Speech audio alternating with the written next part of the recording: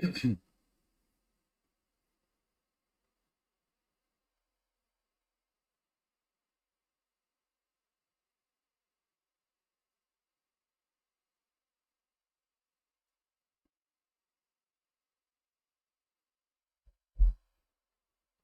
right, looks like we are live.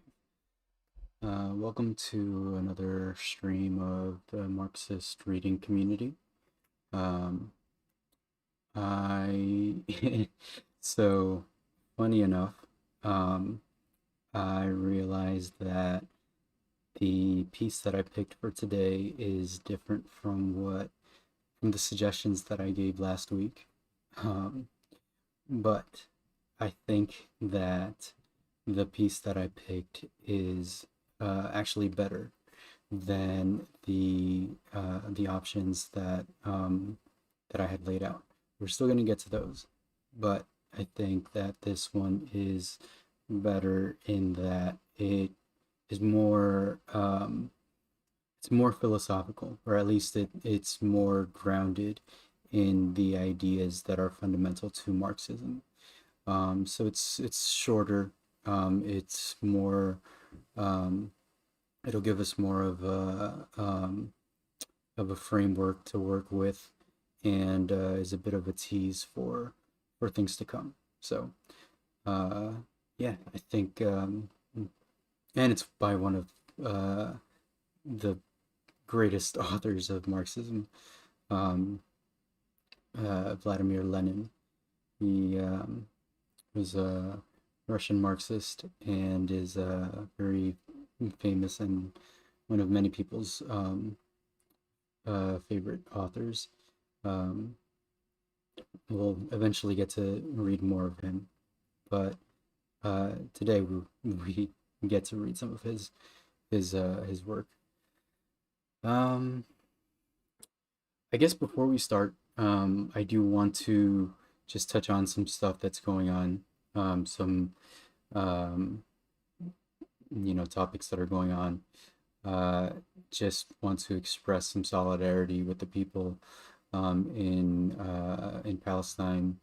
With the forced evictions that are going on there, and the bombings, and uh, yeah, it's something that I'm trying to keep my attention on and follow closely, and as well as what's going on in Colombia with their general strike.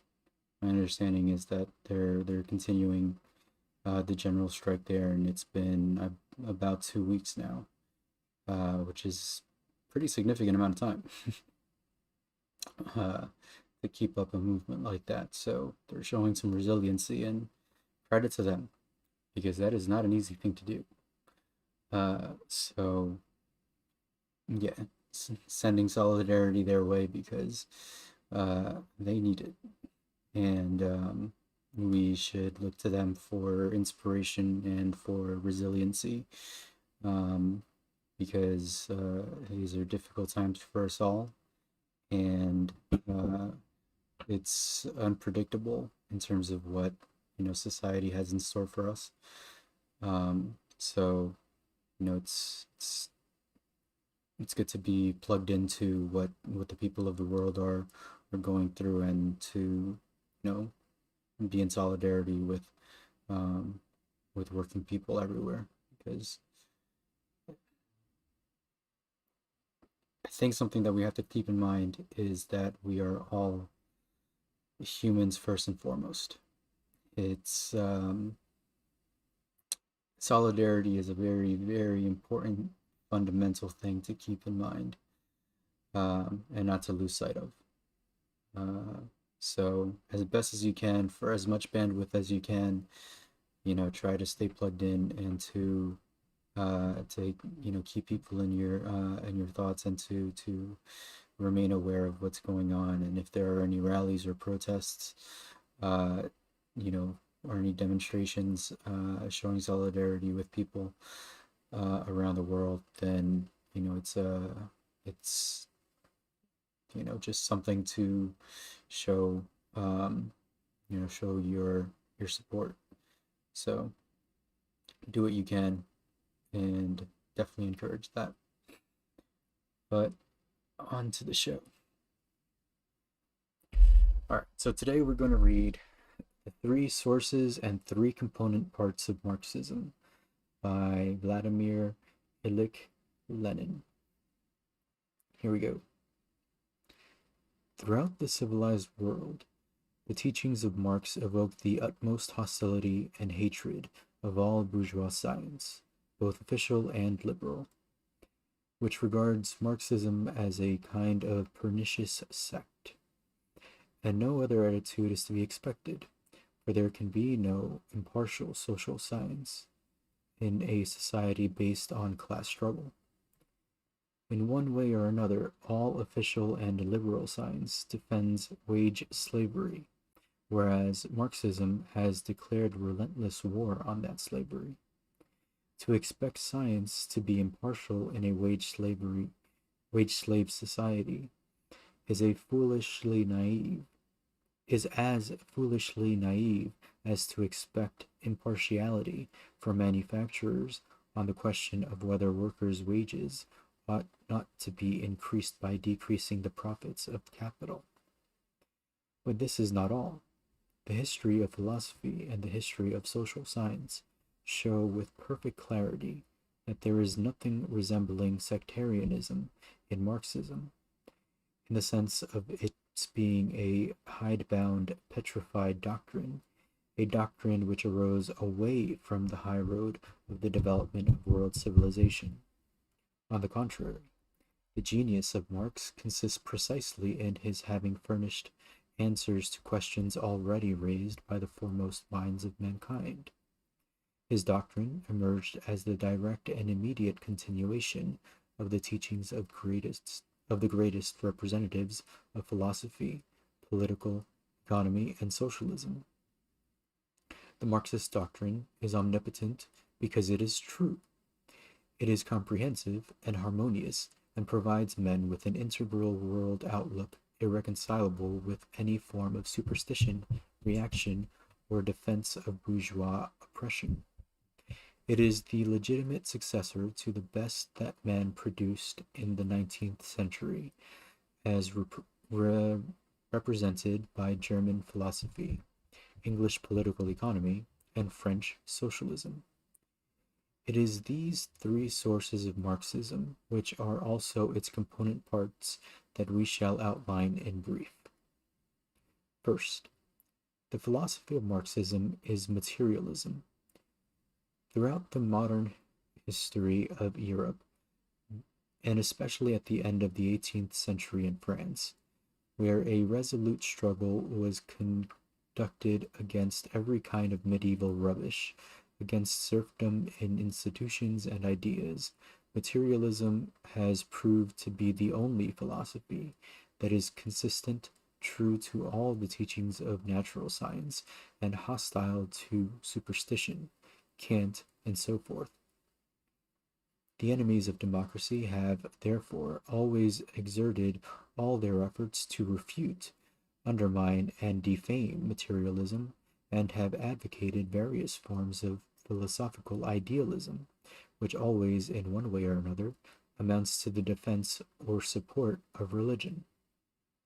Marx and Engels defended philosophical materialism in the most determined manner and repeatedly explained how profoundly erroneous is every deviation from this basis. Their views are most clearly and fully expounded in the works of Engels, Ludwig Feuerbach, and Anti-Düring, which, like the Communist Manifesto, are handbooks for every class-conscious worker. But Marx did not stop at 18th century materialism. He developed philosophy to a higher level. He enriched it with the achievements of German classical philosophy, especially of Hegel's system, which in its turn had led to the materialism of Feuerbach. The main achievement was dialectics, i.e., the doctrine of development in its fullest, deepest, and most comprehensive form, the doctrine of the relativity of the human knowledge that provides us with a reflection of eternally developing matter. The latest discoveries of natural science, radium, electrons, and the transmutation of elements, have been a remarkable confirmation of Marx's dialectical materialism, despite the teachings of the bourgeois philosophers with their, quote, new revisions to the old and decadent idealism. Marx deepened and developed philosophical materialism to the full and extended cognition of nature to include the cognition of human society. His historical materialism was a great achievement in scientific thinking.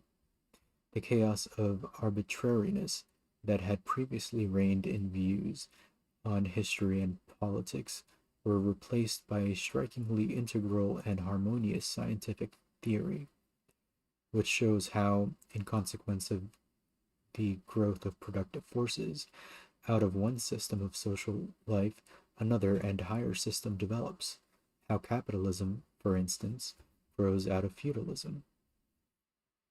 Just as a man's knowledge reflects nature, which exists independent of him, so man's social knowledge reflects the economic system of society. Political institutions are a superstructure on the economic foundation. We see, for example, that the various political forms of the modern European states serve to strengthen the domination of the bourgeoisie over the proletariat. Marx's philosophy is a consummate philosophical materialism which has provided mankind, and especially the working class, with powerful instruments of knowledge. Second, having recognized that the economic system is the foundation on which the political superstructure is erected, Marx devoted his greatest attention to the study of this economic system. Marx's principal work, Capital, is devoted to a study of the economic system of modern, i.e., capitalist society. Classical political economy before Marx evolved in England, the most developed of the capitalist countries. Adam Smith and David Ricardo, by their investigations of the economic system, laid the foundations of the labor theory of value. Marx continued their work. He provided a proof of their theory and developed it consistently. He showed that the value of every commodity is determined by the quantity of socially necessary labor time spent on its production. Where the bourgeois economists saw a relation between things, the exchange of one commodity for another, Marx revealed a relation between things. The exchange of commodities expressed the connection between individual producers through the market. Money signifies that the connection is becoming closer and closer, inseparably uniting the entire economic life of the individual producers into one whole. Capital signifies a further development in this connection. One man's labor power becomes a commodity. The wage worker sells his labor power to the owner of land, factories, and instruments of labor. The worker spends one part of the day covering the cost of maintaining himself and his family, wages, while the other part of the day he works without remuneration, creating for the capitalist surplus value, the source of profit, the source of the wealth of the capitalist class. The doctrine of surplus value is the cornerstone of Marx's economic theory. Capital, created by the labor of the worker, crushes the worker, ruining small proprietors and creating an army of unemployed.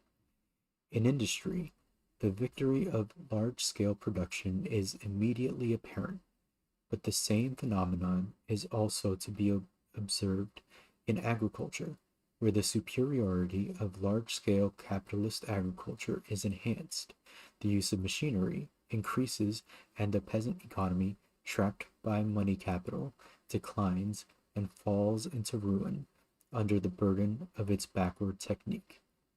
The decline of small-scale production assumes different forms in agriculture, but the decline itself is an indisputable fact. By destroying small-scale production, capital leads to an increase in productivity of labor and to the creation of a monopoly position for the associations of big capitalists. Production itself becomes more and more social. Hundreds of thousands and millions of workers become bound together in a regular economic organism. But the product of this collective labor is appropriated by a handful of capitalists. Anarchy of production, crises, and furious chase after markets and the insecurity of existence of the mass of the population are intensified. By increasing the dependence of the workers on capital, the capitalist system creates the great power of united labor. Marx traced the development of capitalism from embryonic commodity economy, from simple exchange to its highest forms, to large-scale production. And the experience of all capitalist countries, old and new, year by year, demonstrates clearly the truth of this Marxian doctrine to increasing numbers of workers. Capitalism has triumphed all over the world, but this triumph is only the prelude to the triumph of labor over capital.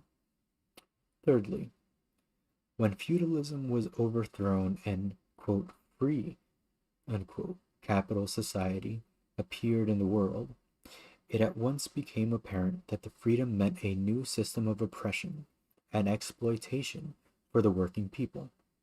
Various socialist doctrines immediately emerged as a reflection of and protest against this oppression. Early socialism, however, was utopian socialism. It criticized capitalist society. It condemned and damned it. It dreamed of the destruction.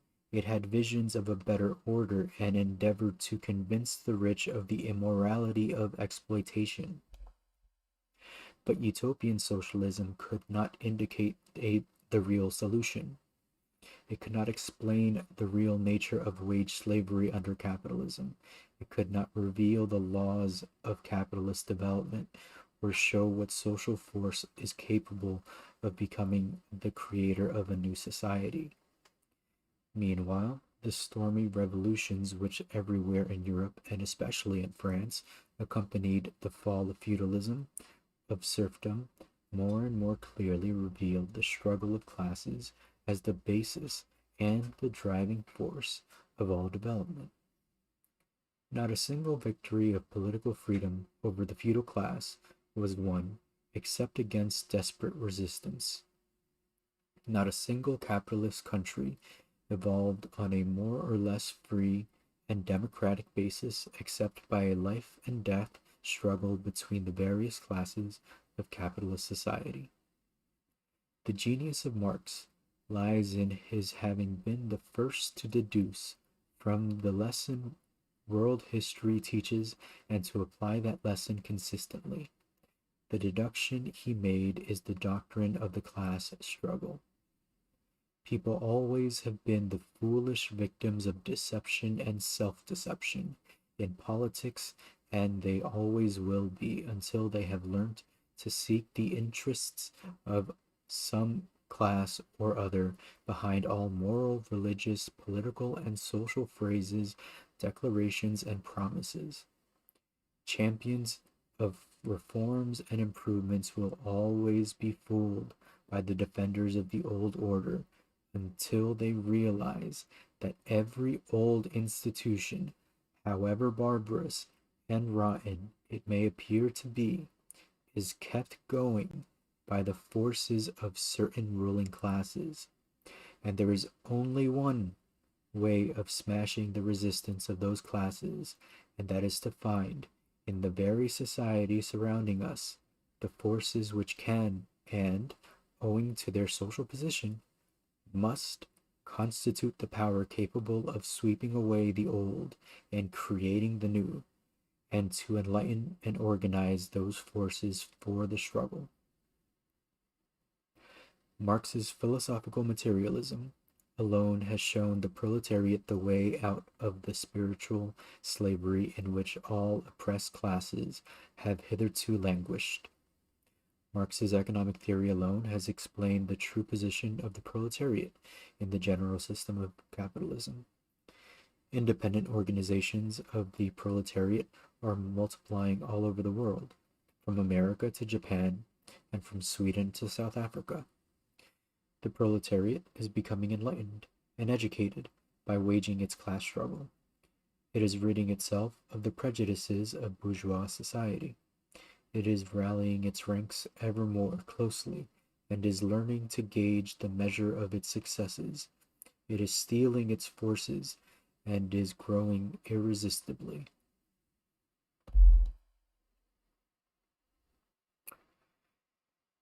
And that is it. So this was a shorter piece, but all right, so I'll take a moment to actually highlight some of the ideas that I thought were pretty important. So let's start off with the philosophical underpinnings of Marxism, because Marxism has several components that are important to understand. There's a philosophical component, and that is the materialism that Lenin refers to in the beginning. So, in the beginning, this is when Lenin said, the philosophy of Marxism is materialism. Throughout the modern history of Europe, and especially at the end of the 18th century in France, there is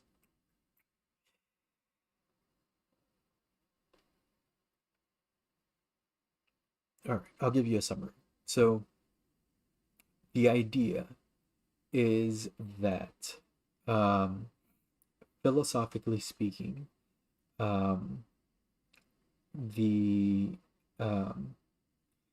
it is a way of understanding the world, whether you're going to try to understand it beginning at the point of ideas or beginning at the point of matter. And so that's where you can think of it in terms of materialism, matter, or idealism, ideas.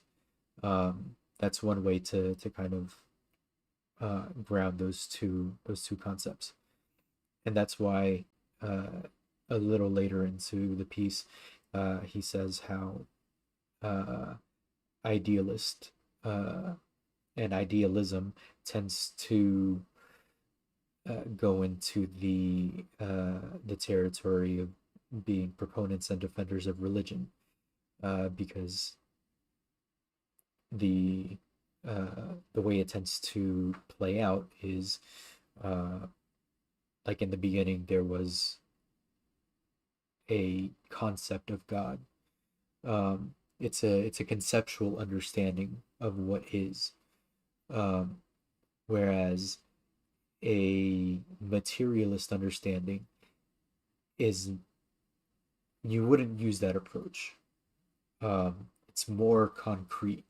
It's understanding reality by understanding something that is observable, something that is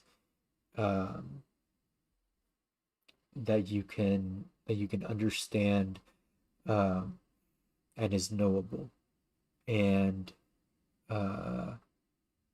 so that's kind of the long and short of it, honestly. It's really, I think going into it any more than that would really belabor things.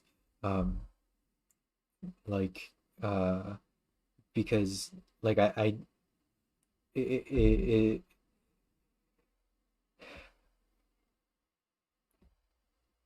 it's fundamentally tackling problems from the point of view of actually doing things about things. Um, a perfect example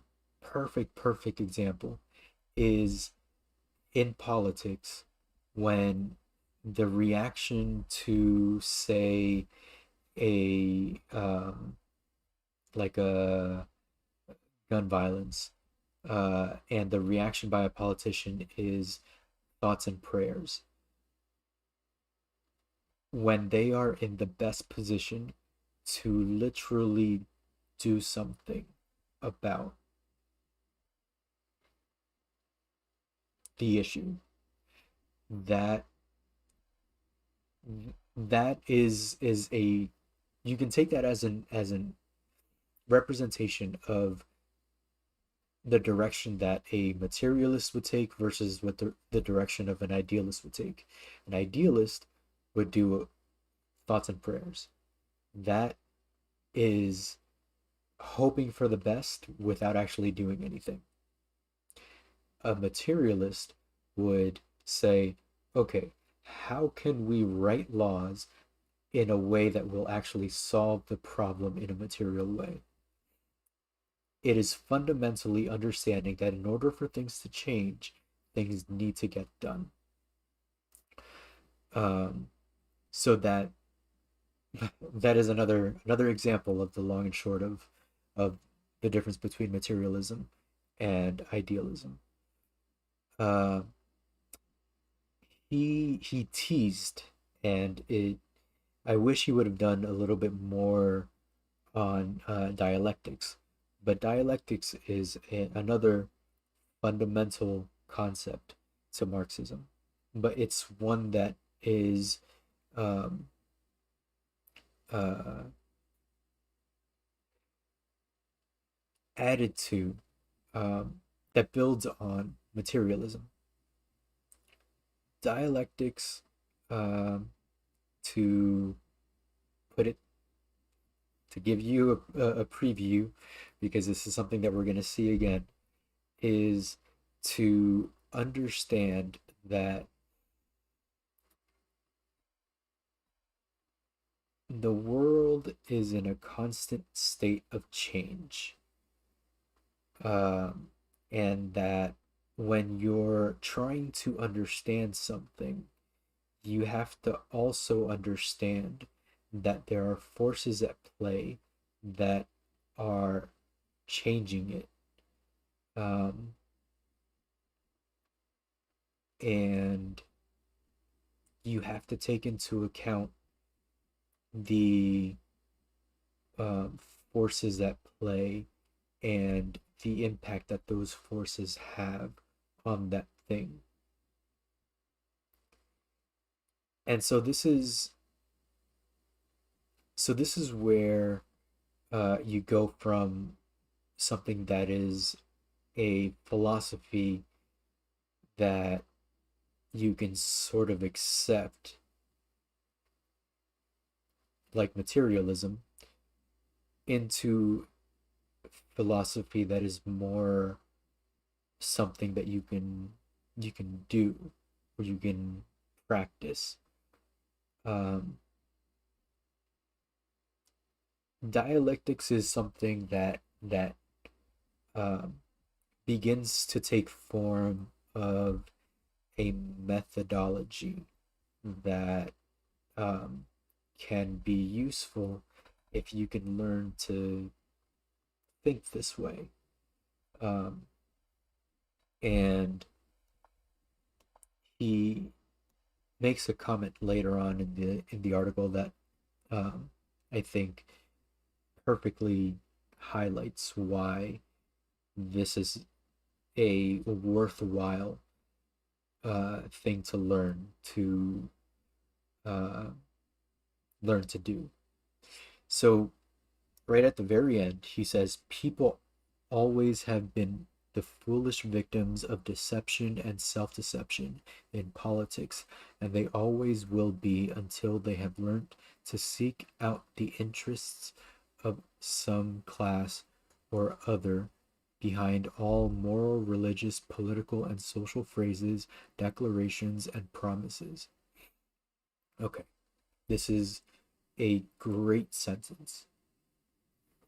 So, looking at this from the point of view of, or from the framework of dialectics, So he says, people have always have been the foolish victims of deception and self-deception. So this outlines for us the two things that can um, distort our perspective. Deception are things um, that corrupt our perception of what is going on. External corruptions of our perception. Um, Self-deception are biases that we bring to the table, and so these are things that we have to become aware of and learn to remove from the equation. And then, so in the second part of the sentence, he lays it out. And they always will be until they have learned to seek out the interests of some class or other behind all moral, religious, political, and social phrases, declarations, and promises. And this is crucial. You have to understand the interests of the forces at play. Who gains and who loses? What what are the benefits for the parties at play? What are the driving forces and why do they want what they want? And it's important to look at situations at,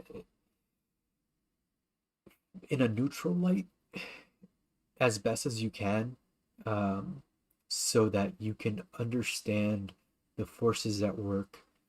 Um, there's a concept called game theory that um, exercises this pretty well. Um, that sort of looks at the decisions that are possible and what each decider has to gain and what choices they have available to them. And this is different from Marxism, but it uh, is related in that it would be a useful tool for um, thinking in this way. But anyhow, yeah, dialectics um, begins to touch on this in that you have to understand that the forces at play are changing whatever it is that you're trying to understand. And so when you see something change, you're not surprised by it. You're not thrown off by it um, taking an action that it does. Um, and you can think of this like, say, there's two countries at war, and one of them gives up. Uh, and that was the country that you were rooting for. And you're upset because you really wanted them to win. This is a weird scenario, but anyway, um, the the point that I'm making here is that dialectics, um, the the purpose of looking at it through this lens is that you have to understand the situation as it exists, not as you want it to exist, not as you want it to work. You have to take out your own biases and you have to take out the the framing um, that others give to the information that is available. And you see this a lot in, like, in the media and how information is presented. A lot of the times when we get information um, in like in the news or from media sources, they tend to either bias their perspective or flatten issues so that it seems like it's anybody's guess whether something is happening or whether uh, one side is right or another side is wrong. And when it comes to the issue of justice or when it comes to the issue of genocide, um, I don't think that it should really be up for debate. Um, you kind of need to have a clear cut answer, and you have to be able to discern those things. Those need to be answerable questions, and uh, so a dialectician would filter out uh, the deceptions and look at things as they exist and be able to understand what um, what is actually happening versus what is being presented. And that's the ultimate goal, because as Lenin explained, the goal is to understand. The goal is truth. It it's a scientific endeavor. Marxism is very harmonious with science. It it is very scientific in uh, it's very consistent with science. In fact, I think that most scientists would probably benefit from learning about Marxism and probably dialectics. Um, but that's beyond the point. That's besides the point. Um, and so some other concepts that um, he talked about. So he gave a brief history of uh, how Marx studied capitalism and uh, economic theory. That is a lot of what Marx is known for. That was the big the yeah. So one of the powerhouses uh, that Marx left behind was capital. Some know it as Das Kapital, but uh, capital. It is a case study in understanding the mechanics of capitalism and really doing a number on how it works, but more so on how it doesn't work. Um, and I mean, that was what we read, what we just finished reading last week. We read a like a condensed, a very, very, very, very, very condensed version of it in wage, labor, and capital. Um, but the actual capital is much more extensive. But yeah, understanding capitalism, part of part of why I'm emphasizing this as being part of what Marx is known for is because the reason why this was so this was part of what Marx devoted so much of his time on was because through materialism, dialectics, and another concept that I'm going to go into in a second, historical materialism, is that using the techniques of Marxism and these concepts, you can understand the changes in society over time. And Lenin talks about this. He, let's see if I can find it.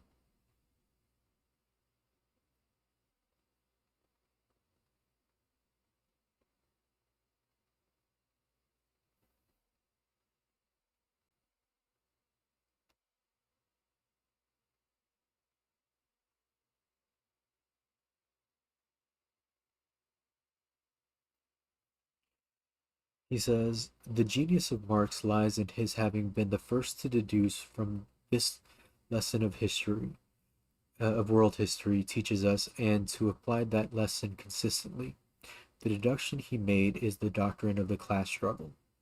So he understood that um, the the material conditions that people are under, uh, they they are the driving force of society. They are the driving force for how changes in society take shape, and the driving force for how society changes and where it goes. And just kind of ironic because when you think about it, most people feel very insignificant in society. They feel like they don't really have a say, like their lives don't really matter in the grand scheme of things. But in actuality, we're extremely important in how things play out. I mean, our reach is small, but the the collective, the collective has a wide reach, a very, very wide reach. So much so that our power is immense as a collective. And it is our tendency to use, it is our tendency to want to form collectives, to want to form communities, to want to form societies. That is a human tendency. That is a human drive, uh, that drives society. And he applied this uh, in his under in his he applied so there's this concept of historical materialism, right? So I talked about materialism. I already explained what it is, and we already heard Lenin's explanation of what it is. So in understanding the conditions that people lived and how that explained the changes of society over time, once you understand those changes in society over time, then the the flow of history becomes very, very clear. And one of the things that um, is a big factor in the material conditions of people's lives is whether they can provide for their families, whether they have food on the table and things to eat and have their basic needs. So, uh, economic theory was uh, obviously one of the things that um, in his time was something to focus on for trying to understand, well, what are the forces at play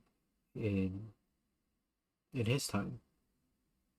And I mean, coincidentally, they're still around today, although they've mutated into things that are much, much worse, but they're still around today. uh, but let me see if there's anything else that I want to touch on. You can ask questions in the chat if you have any. I'm kind of just rambling at this point, but um, yeah, the there are some great concepts in this piece. I think he does a good job of outlining some very important things, and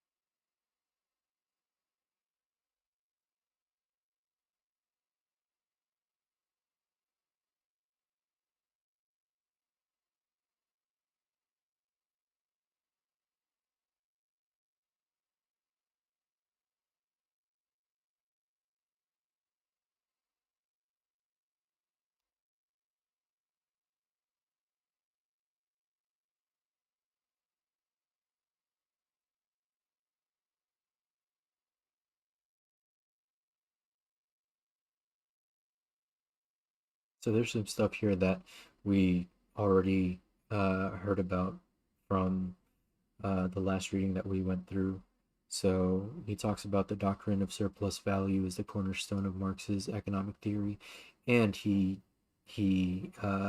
explains very explicitly um, the concept of surplus value and how the worker earns his own wage back during a very short amount of the day, and for a very large part of the day, he's basically working for directly for the profit of the capitalist.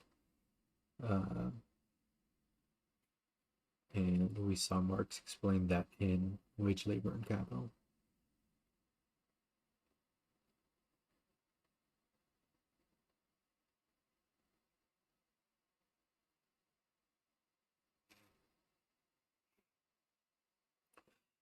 He also says capitalism has triumphed all over the world, but this triumph is only the prelude to the triumph of labor over capital. And this kind of touches on the way that Marx ended his like the last sentence of uh, Wage, Labor, and Capital. Let's see if I can pull that up.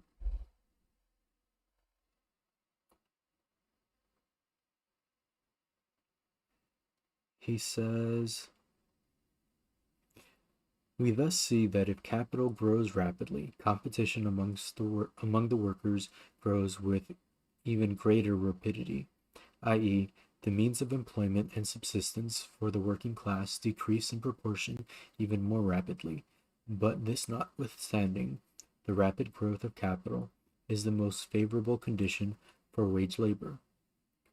And that always struck me as just being tongue in cheek, and it is tongue in cheek because obviously by that point in the book, you've come to understand that it's not a good thing. Like we already understand that it, the fact that capitalists are making money is it's a really bad thing for the worker. Like it directly undermines their own place in society. Uh, the more profit they make, that only means that they're that the worker is just becoming more efficient as free labor.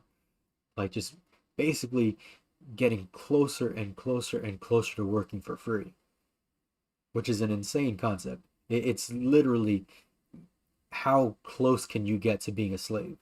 Literally, which is bonkers. But anyway,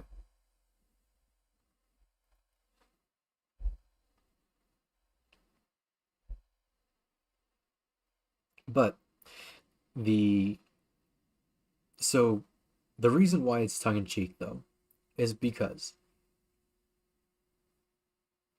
the more it goes on, the more wise the the worker gets to their position in society because it becomes more obvious the conditions